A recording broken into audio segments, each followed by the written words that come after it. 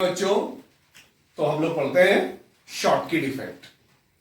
जैसा कि अभी थोड़ी देर पहले मैंने आपको बताया था कि टेम्परेचर बढ़ाने पर पॉइंट इफेक्ट क्रिएट होते हैं। तो टेम्परेचर इंक्रीज होने पर एक पॉसिबिलिटी ये है कि अगर हमारा क्रिस्टल mx है, ठीक है, तो टेम्परेचर हमने इंक्रीज किया तो एक पॉसिबिलिटी ये है कि जो x माइनस है वो अपनी करेक्ट लैटिस साइड छोड़ के चला जाए और क्रिएट हो जाए वैकेंसी ऑफ एनायन, ठीक है। और साइमल्टेनियसली m प्लस बी अपनी करेक्ट लैटिस साइड छोड़ के चला जाए, यानी क्रिएट हो जाए वैकेंसी ऑफ कैटायन। तो आप यहां पे देख रहे हैं कि अगर एक x माइनस गया लैटिस छोड़ के तो एक m प्लस भी चला गया। तो इससे जो नंबर ऑफ m प्लस है और जो नंबर ऑफ x माइनस है उनके बीच का जो रेशियो है वो पहले भी 1:1 था और रेशियो अभी भी 1:1 है। यानी डिफेक्ट आने से पहले भी इसका फॉर्मूला था mx और डिफेक्ट आने के बाद भी इसका फॉर्मूला है mx। तो इसी को हम लोग कहेंगे स्टोइकियोमेट्रिक पॉइंट इफेक्ट, और स्टोइकियोमेट्रिक पॉइंट इफेक्ट में भी इसको हम लोग बोलते हैं शॉर्टकट इफेक्ट। तो अब आप लोग शॉर्टकट इफेक्ट को डिफाइन कर सकते हैं। शॉर्टकट इफेक्ट वो स्टोइकियोमेट्रिक पॉइंट इफेक्ट होता है जिसमें नंबर ऑफ कैटायंस और number of anions same number में डिस्प्लेस होते हैं from their correct lattice side. मतलब अगर एक m प्लस छोड़ के गया है लैटिस तो एक x माइनस भी छोड़ के जाएगा, और अगर दो m प्लस गए हैं, जैसे यहां पे एक m प्लस गया, यहां से भी m प्लस एक चला गया, तो एक x माइनस भी जाएगा। तो इससे हम देख रहे हैं यहां पे हमको दो पेयर वैकेंसी के मिल जाएंगे, एक ये वाला पेयर वैकेंसी का और एक ये वाला पेयर वैकेंसी का। इसी पेयर को हम शॉर्टकट इफेक्ट कहते हैं। मतलब आप ये मत सोचिएगा कि यहाँ पे 4 पॉइंट इफेक्ट आए, 4 पॉइंट इफेक्ट नहीं आए, यहाँ पे 2 पॉइंट इफेक्ट आए। 1 pair of vacancy represent 1 shortcut effect, ठीक है बच्चों। तो शॉर्टकट इफेक्ट की डेफिनेशन मैंने आप लोगों को बता दी कि शॉर्टकट इफेक्ट वो डिफेक्ट है जिसमें कैटायन के मिस होने का या कैटायन के डिस्प्लेस होने का जो अमाउंट है वो एग्जैक्टली सेम है एनायन के डिस्प्लेस होने के अमाउंट से। मतलब जितने कैटायन डिस्प्लेस होंगे उतने ही एनायन भी डिस्प्लेस होंगे, यानी जितनी कैटायन वैकेंसी होंगी उतनी ही एनायन वैकेंसी होंगी। तो जो एक पेयर वैकेंसी का है जिसमें कैटायन और एनायन दोनों शामिल हैं, उस एक पेयर वैकेंसी को हम शॉर्टकट इफेक्ट कहते हैं। अगर 2 पेयर वैकेंसी के क्रिएट हुए तो 2 शॉर्टकट इफेक्ट होंगे, ठीक है बेटा। तो आप देख रहे हैं कि शॉर्टकट इफेक्ट आ चुका है। यहां पे मैंने 1 पेयर ऑफ वैकेंसी क्रिएट किया है, यानी एक शॉर्टकट इफेक्ट मैंने शो किया है। लेकिन इस डिफेक्ट की वजह से ना तो फॉर्मूले में कोई चेंज आया है, ना ही यहां पे क्रिस्टल की न्यूट्रलिटी पे कोई इफेक्ट पड़ा है। जितना पॉजिटिव चार्ज आप देख रहे हैं उतना ही निगेटिव चार्ज भी यहां पे है, क्योंकि m प्लस और x माइनस संख्या में बराबर है। हाँ, एक चीज जरूर आप यहां पे देख रहे हैं कि मास जो लैटिस का है वो कम हो गया है, क्योंकि मेटल कैटायन भी चला गया है और नॉन मेटल का जो एनायन है वो भी चला गया। तो कहीं ना कहीं लैटिस के मास पे इफेक्ट पड़ा है, और लैटिस के मास कम होने की वजह से हम यहां कहेंगे कि डेंसिटी डिक्रीज हो गई है। डेंसिटी क्या होता है? Mass by volume. वॉल्यूम तो उतना ही है लेकिन मास कम हो गया है m प्लस और x माइनस के डिस्प्लेस होने से। तो ये शॉर्टकट इफेक्ट का कॉन्सिक्वेंस है कि डेंसिटी ऑफ क्रिस्टल, मैं यहां पे लिख देता हूं, density of crystal decreases in shortcut defect. तो ये क्वेश्चन बहुत बार आ चुका है अलग अलग एग्जाम में कि इनमें से कौन सा डिफेक्ट ऐसा है जो क्रिस्टल की डेंसिटी को डिक्रीज कर देता है। तो उसका आंसर है शॉर्टकट इफेक्ट, ठीक है बच्चों। चलिए अब एक दूसरा पॉइंट देखते हैं। यहां पे एक फॉर्मूला मैं आपको बताने जा रहा हूं नंबर ऑफ शॉर्टकट इफेक्ट का। ये जो स्मॉल n है ये नंबर ऑफ कैटायन वैकेंसी और नंबर ऑफ एनायन वैकेंसी को मिला के बनाया गया है। जैसे एक कैटायन वैकेंसी और एक एनायन वैकेंसी है तो n की वैल्यू 1 है, दो कैटायन वैकेंसी है, दो एनायन वैकेंसी है तो n की वैल्यू 2 है।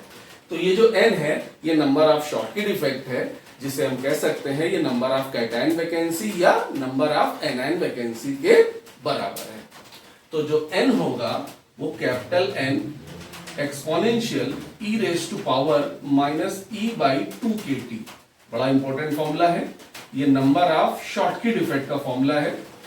स्मॉल n है number of shortcut effects in the crystal, जो कैपिटल E है ये है एनर्जी रिक्वायर्ड। आप सब जानते हैं टेम्परेचर इंक्रीज होने की वजह से ही पॉइंट इफेक्ट्स आते हैं, और टेम्परेचर बढ़ाने के लिए हमें एनर्जी देनी पड़ेगी।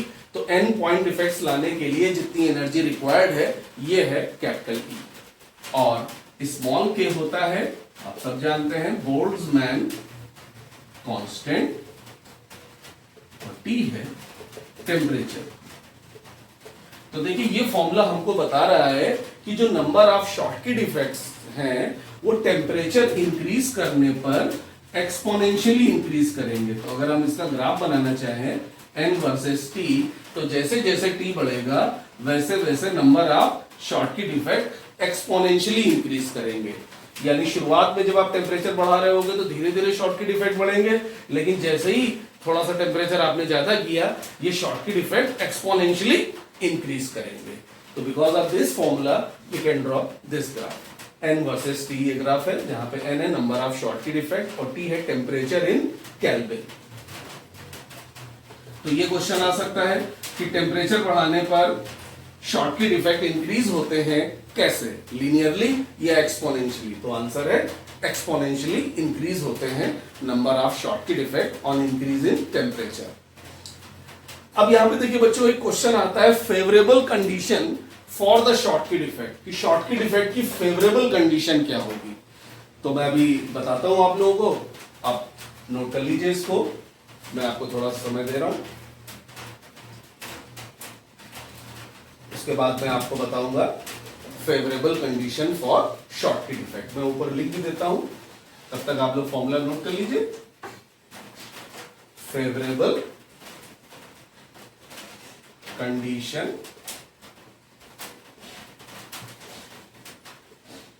फॉर शॉर्टकट इफेक्ट, इसके ऊपर आईटी में अभी कुछ साल पहले क्वेश्चन भी आया था कि वो कौन सी कंडीशन है जो शॉर्टकट इफेक्ट को फेवर करती है इन एन आयनिक क्रिस्टल। ठीक है बच्चों, तो ये फॉर्मूला अब तक आप लोगों ने नोट कर लिया होगा, ग्राफ भी बना लिया होगा। अब मैं आपको फेवरेबल कंडीशन बताने जा रहा हूं शॉर्टकट इफेक्ट।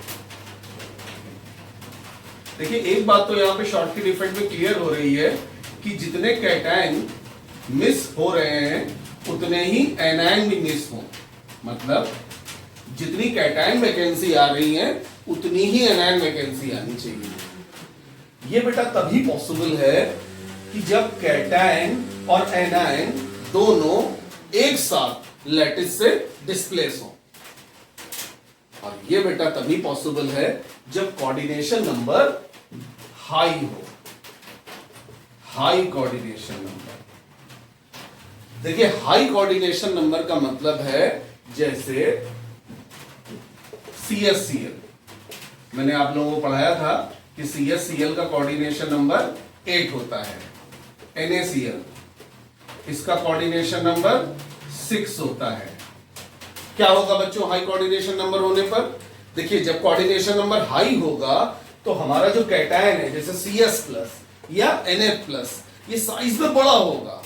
ठीक है, हाई कोऑर्डिनेशन नंबर आप सब जानते हैं ये तभी आता है जब रेडियस रेशियो हाई हो। जो मैंने आप लोगों को रेडियस रेशियो वाला वीडियो में पढ़ाया था, आप उसको रेफर कर सकते हैं, एक बार रिवाइज कर सकते हैं। मैंने बताया था कि जब रेडियस रेशियो 0.732 से 1 के बीच में होगा तो कोऑर्डिनेशन नंबर 8 होगा, और जब रेडियस रेशियो 0.414 से 0.732 के बीच में होगा तो कोऑर्डिनेशन नंबर 6 होगा। तो हाई कोऑर्डिनेशन नंबर का मतलब है हाई रेडियस रेशियो, और हाई रेडियस रेशियो बेटा कब आएगा?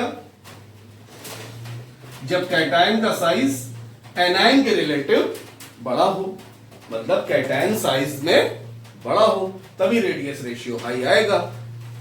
तो अगर कैटायन का साइज बड़ा है तो वो कौन से वॉइड को ऑक्युपाई करेगा? बड़े वॉइड को ऑक्युपाई करेगा भाई, ठीक है। और बड़े वॉइड को अगर ऑक्युपाई करेगा तो अगर छोटे वॉइड उसके अंदर खाली भी हैं तो कैटायन छोटे वॉइड में तो जाएगा नहीं, क्योंकि कैटायन साइज में बड़ा है। चलिए हम एक एग्जांपल लेते हैं, जैसे एफसीसी लैटिस है। एफसीसी में दो तरह के वॉइड होते हैं, tetrahedral void, octahedral void. NaCl में मैंने बताया था Na+ का साइज इतना बड़ा है कि वो टेट्राहेड्रल वॉइड को ऑक्युपाई नहीं करता है, वो किसको ऑक्युपाई करता है? ऑक्टाहेड्रल वॉइड को। तो Na+ ऑक्टाहेड्रल वॉइड में बैठा हुआ है। अब हमने टेम्परेचर बढ़ाया तो क्या ऐसा हो सकता है कि Na+ ऑक्टाहेड्रल वॉइड को छोड़ के जो टेट्राहेड्रल वॉइड खाली पड़े हैं उनको ऑक्युपाई करे? बिल्कुल नहीं हो सकता, क्योंकि Na+ तो साइज में बड़ा है। अगर वो टेट्राहेड्रल वॉइड में जा सकता होता तो पहले ही चला जाता। वो साइज में बड़ा है तभी तो ऑक्टाहेड्रल वॉइड में गया है। तो ऐसा कैसे हो सकता है कि हम टेम्परेचर बढ़ाएं और Na+ ऑक्टाहेड्रल वॉइड को छोड़ के टेट्राहेड्रल वॉइड में चला जाए? बिल्कुल नहीं हो सकता। तो Na+ के पास लैटिस छोड़ने के अलावा और कोई चॉइस नहीं है, उसे वो लैटिस छोड़नी ही पड़ेगी। और Na+ अगर लैटिस छोड़ के जाएगा तो कहीं ना कहीं से पॉजिटिव चार्ज कम हो जाएगा, यानी क्रिस्टल अब न्यूट्रल नहीं रहा। तो क्रिस्टल की न्यूट्रलिटी को मेंटेन करने के लिए X- को भी अपनी लैटिस साइड से जाना पड़ेगा, तभी क्रिस्टल की न्यूट्रलिटी मेंटेन रहेगी। क्योंकि Na+ गया तो 1 यूनिट पॉजिटिव चार्ज कम हो गया, तो Cl- को भी जाना पड़ेगा ताकि 1 यूनिट नेगेटिव चार्ज कम हो जाए। तो इससे क्रिस्टल की जो न्यूट्रलिटी है वो मेंटेन रहेगी, ठीक है बच्चों। तो ये दो कंडीशन है जिसे आप ध्यान रख सकते हैं, एक हाई कोऑर्डिनेशन नंबर और एक हाई रेडियस रेशियो। दूसरे वर्ड्स में हम ये भी कह सकते हैं कि radius of cation should be comparable to anion. Comparable का मतलब यह है कि कैटायन की जो रेडियस है वो एनायन की रेडियस से बहुत छोटी ना हो। वैसे तो कैटायन एनायन से छोटा होता है, लेकिन कैटायन की जो रेडियस है वो एनायन से बहुत छोटी ना हो, क्योंकि अगर कैटायन की रेडियस एनायन से बहुत छोटी हो गई तो रेडियस रेशियो कम हो जाएगा और कोऑर्डिनेशन नंबर लो आ जाएगा। अभी मैं आपको पढ़ाऊंगा फ्रैंकल डिफेक्ट। फ्रैंकल डिफेक्ट बच्चों तब होता है जब कोऑर्डिनेशन नंबर हाई की बजाय लो हो, यानी रेडियस रेशियो लो हो। तो यहां पे हमने दो कंडीशन बना दी है, हाई कोऑर्डिनेशन नंबर तो शॉर्टकट डिफेक्ट हो गया, लो कोऑर्डिनेशन नंबर तो फ्रैंकल डिफेक्ट हो गया। फ्रैंकल डिफेक्ट मैं आपको भी पढ़ाऊंगा, ठीक है। तो ये था बच्चों शॉर्टकट डिफेक्ट के बारे में। आप इसको इन दोनों कंडीशन को नोट कर लीजिए और एग्जाम्पल भी ध्यान रखिएगा। आता है एग्जाम में क्वेश्चन कि इनमें से कौन सा क्रिस्टल शॉर्टकट डिफेक्ट फेवर करेगा। तो देख लीजिएगा NaClO CsClO मतलब कोऑर्डिनेशन नंबर 6 हो या फिर 8 हो तो यहां पे शॉर्टकट डिफेक्ट फेवर होगा। और अगर कोऑर्डिनेशन नंबर 4 है जैसे ZnS पे पढ़ाया था तो वहां पे शॉर्टकट डिफेक्ट नहीं फेवर होगा, वहां पे फ्रैंकल डिफेक्ट फेवर होगा। फ्रैंकल डिफेक्ट अभी मैं आपको थोड़ी देर में पढ़ाने जा रहा हूं, ठीक है। इसको नोट कर लीजिए इन दोनों कंडीशन को।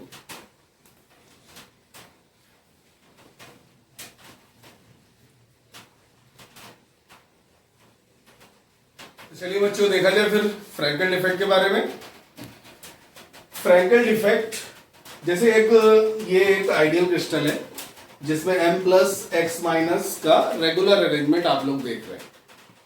मैंने बताया था कि टेम्परेचर बढ़ाने पर पॉइंट डिफेक्ट्स क्रिएट होते हैं। तो एक पॉसिबिलिटी देखिए ये है कि अगर क्रिस्टल का कोऑर्डिनेशन नंबर लो है, सपोज क्रिस्टल का जो कोऑर्डिनेशन नंबर है वो लो है, for example ZnS, ZnO, CuBr, AgI etcetera, इन सब का कोऑर्डिनेशन नंबर 4 होता है। तो क्योंकि कोऑर्डिनेशन नंबर लो है तो यहां पे शॉर्टकट इफेक्ट तो आएगा नहीं। तो क्या होगा टेम्परेचर बढ़ाने पर? सोचिए इन सब क्रिस्टल्स का कोऑर्डिनेशन नंबर 4 है, यानी यहां पे जो आप कैटायंस देख रहे हैं उन्होंने ऑक्टाहेड्रल वॉइड को छोड़ दिया है टेट्राहेड्रल वॉइड को ऑक्यूपाई किया है, क्योंकि ऑक्टाहेड्रल वॉइड की रेडियस और इन कैटायन की रेडियस सूट नहीं कर रही है। यहां पे रेडियस रेशियो 0.225 से 0.414 के बीच में आ रहा है। तो इन कैटायंस ने टेट्राहेड्रल वॉइड को ऑक्यूपाई कर रखा होगा और ऑक्टाहेड्रल वॉइड को खाली छोड़ रखा होगा। तो पूरी पॉसिबिलिटी ये है कि हमने टेम्परेचर बढ़ाया और कैटायन लैटिस छोड़ने की बजाय जो खाली पड़ा ऑक्टाहेड्रल वॉइड है उसको जाके ऑक्यूपाई कर लिया।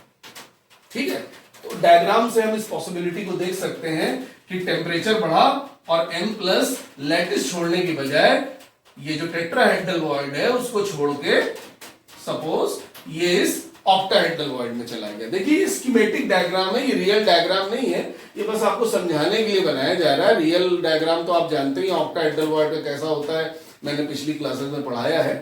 तो इसको आप ऑक्टाहेड्रल मान लीजिए, ये खाली पड़ा हुआ वॉइड है, और इसको आप टेट्राहेड्रल वॉइड मान लीजिए। तो M+ टेट्राहेड्रल वॉइड में था, लेकिन टेम्परेचर बढ़ा, इससे उसके अंदर रैंडमनेस आई, एनर्जी बढ़ी, और एनर्जी बढ़ने से उसने टेट्राहेड्रल वॉइड को छोड़ के ऑक्टाहेड्रल वॉइड को ऑक्यूपाई कर लिया। तो जैसा कि मैंने क्लास की स्टार्टिंग में बताया था कि एक आइडियल क्रिस्टल वो क्रिस्टल होता है जिसमें आयंस अपनी करेक्ट लैटिस साइड को ऑक्यूपाई करें। और करेक्ट लैटिस साइड किसको कहते हैं? जहां पे उसकी पोटेंशियल एनर्जी मिनिमम हो। तो M+ की पोटेंशियल एनर्जी मिनिमम उसके रेडियस रेशियो के हिसाब से टेट्राहेड्रल वॉइड में मिनिमम थी, लेकिन हमने टेम्परेचर बढ़ा के उसकी एनर्जी बढ़ा दी, तो मिनिमम की जगह वो मैक्सिमम पोटेंशियल एनर्जी पे चला गया, यानी दूसरे वॉइड में चला गया, ऑक्टाहेड्रल वॉइड को ऑक्यूपाई कर लिया, और यहां पे बेटा वैकेंसी क्रिएट हो गई। तो ये जो वैकेंसी आप देख रहे हैं, यही वैकेंसी कहलाती है फ्रैंकल डिफेक्ट। और इस डिफेक्ट में एक खासियत होती है कि जो छोटा आयन है वही अपनी करेक्ट लैटिस साइड को वैकेंट करता है, और नॉर्मली छोटा आयन कौन होता है? कैटायन।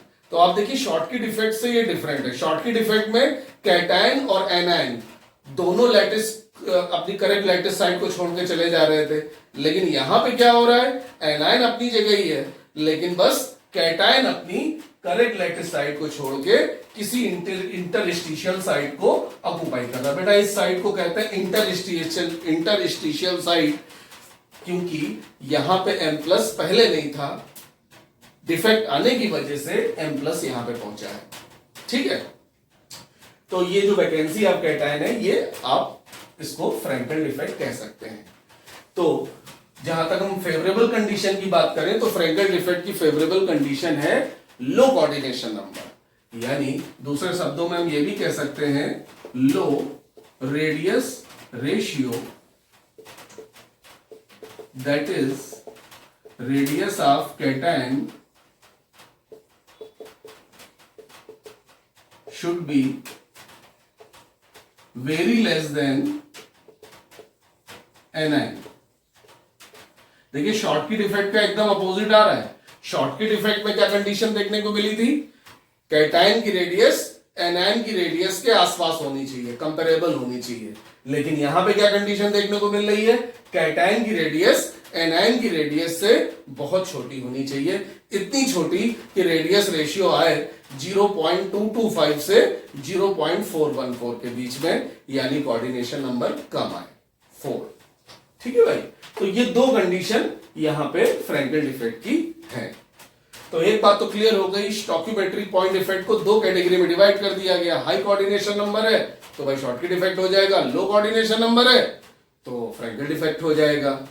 अगर कैटायन की रेडियस बहुत छोटी है एनायन के कंपैरिजन में तो फ्रैंकल डिफेक्ट हो जाएगा।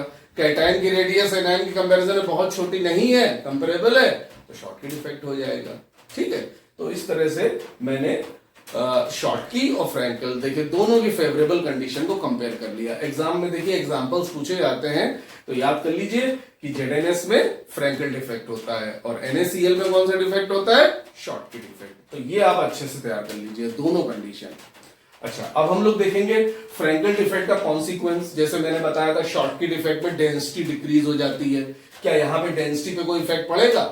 बिल्कुल नहीं पड़ेगा, क्योंकि जो M+ है वो लैटिस छोड़ के तो गया नहीं है, बस उसने क्या किया है?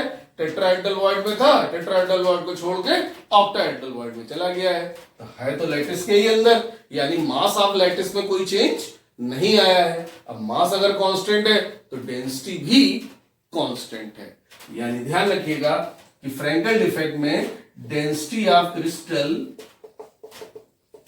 Remain constant. तो ये बहुत बड़ा डिफरेंस है between Schottky and Frenkel defect. Schottky में डेंसिटी डिक्रीज हो जाती है, लेकिन फ्रैंकल में क्रिस्टल की डेंसिटी कांस्टेंट रहती है। तो बेटा ये दोनों कंडीशन और ये कॉन्सिक्वेंस, इसको आप नोट कर लीजिए, ठीक है। हाँ बच्चों, एक कॉन्सिक्वेंस और है, आप लोगों ने फिजिक्स में पढ़ा होगा डाइलेक्ट्रिक कांस्टेंट। आप देखिए m प्लस पहले दूर था इस m प्लस से, अगर आप देखें तो जो सिमिलर चार्जेस थे पहले दूर दूर थे। फ्रैंकल डिफेक्ट आने की वजह से क्या हुआ, सिमिलर चार्जेस क्लोज आ गए। और आप लोगों ने फिजिक्स में पढ़ा है कि जब सिमिलर चार्जेस क्लोज आते हैं तो इससे उनके बीच में रिपल्शन बढ़ जाता है, और इसी वजह से उस मटेरियल का डाइलेक्ट्रिक कांस्टेंट भी बढ़ जाता है। जो अट्रैक्शन फोर्स है वो डाइलेक्ट्रिक कांस्टेंट को डिक्रीज करता है, और जो रिपल्सिव फोर्स है वो डाइलेक्ट्रिक कांस्टेंट को इंक्रीज करता है। तो ये भी एक फ्रैंकल डिफेक्ट का कॉन्सिक्वेंस है। आ सकता है कि क्या फ्रैंकल डिफेक्ट की वजह से क्रिस्टल का डाइलेक्ट्रिक कांस्टेंट इंक्रीज कर जाता है? यस, इंक्रीज कर जाता है। तो इसको भी मैं यहां पे बोर्ड पे मेंशन कर दे रहा हूं। एक तो डेंसिटी का डिक्रीज होना, और दूसरा कॉन्सिक्वेंस है डाइलेक्ट्रिक कांस्टेंट का इंक्रीज होना। डेंसिटी कांस्टेंट है, डेंसिटी कांस्टेंट है और डाइलेक्ट्रिक कांस्टेंट इंक्रीज कर जाता है। Dielectric constant increases due to Frenkel defect. ठीक है बच्चों, तो ये दो कॉन्सिक्वेंस हैं, इनको आप अच्छे से ध्यान रखिएगा, एग्जाम में पूछे जा सकते हैं। चलिए अब मैं आपको बताऊंगा नंबर ऑफ फ्रैंकल डिफेक्ट निकालने का फॉर्मूला, जैसे मैंने शॉटकी डिफेक्ट निकालने का फॉर्मूला बताया था। तो suppose small n number of Frenkel defect है, और नंबर ऑफ फ्रैंकल डिफेक्ट का मतलब ये जो कैटायन की वैकेंसी क्रिएट हो रही है इसी को हम फ्रैंकल डिफेक्ट बोल रहे हैं। एक वैकेंसी क्रिएट हुई तो n की वैल्यू 1, दो वैकेंसी क्रिएट हुई तो n की value 2 and so on. Actual में तो n की वैल्यू बहुत ज्यादा होती है, ठीक है। तो suppose small n is the number of Frenkel defect, तो इसको निकालने का फॉर्मूला है capital N into capital N1 की power half e raise to power minus e by 2kt। ठीक है, यानी यहां पे बस एक नई चीज ये आ गई है, वो है N1। पहले N के बारे में बता दूं आपको, ये जो कैपिटल N है ये है total number of ions in the crystal, और जो N1 है ये है total number of interstitial sites. जैसे अगर हम लोग बात करें ZNS की, तो ZNS में टेट्राहेड्रल वॉइड 4 होते हैं, सॉरी ZNS में टेट्राहेड्रल वॉइड 8 होते हैं। 8 में से 4 टेट्राहेड्रल वॉइड Zn2+ ने ऑक्युपाई किया था, तो 4 टेट्राहेड्रल वॉइड खाली थे, और ऑक्टाहेड्रल वॉइड भी 4 ही होते हैं। तो ये जो 4 और 4 8 जो वॉइड खाली पड़े हैं ZNS में, उसी को हम कहेंगे इंटरस्टिशियल साइट्स। ठीक है, यानी वो साइट्स जिनकी पोटेंशियल एनर्जी मिनिमम नहीं है, यानी वो साइट जहां पे नॉर्मल टेम्परेचर पे कोई कैटायन रहना पसंद नहीं करता है। लेकिन जब टेम्परेचर बढ़ा देंगे तो मजबूरी में Zn2+ या कैटायन अपनी करेक्ट लैटिस साइट को छोड़ के उन हाई पोटेंशियल एनर्जी वाली साइट्स पे चला जाएगा।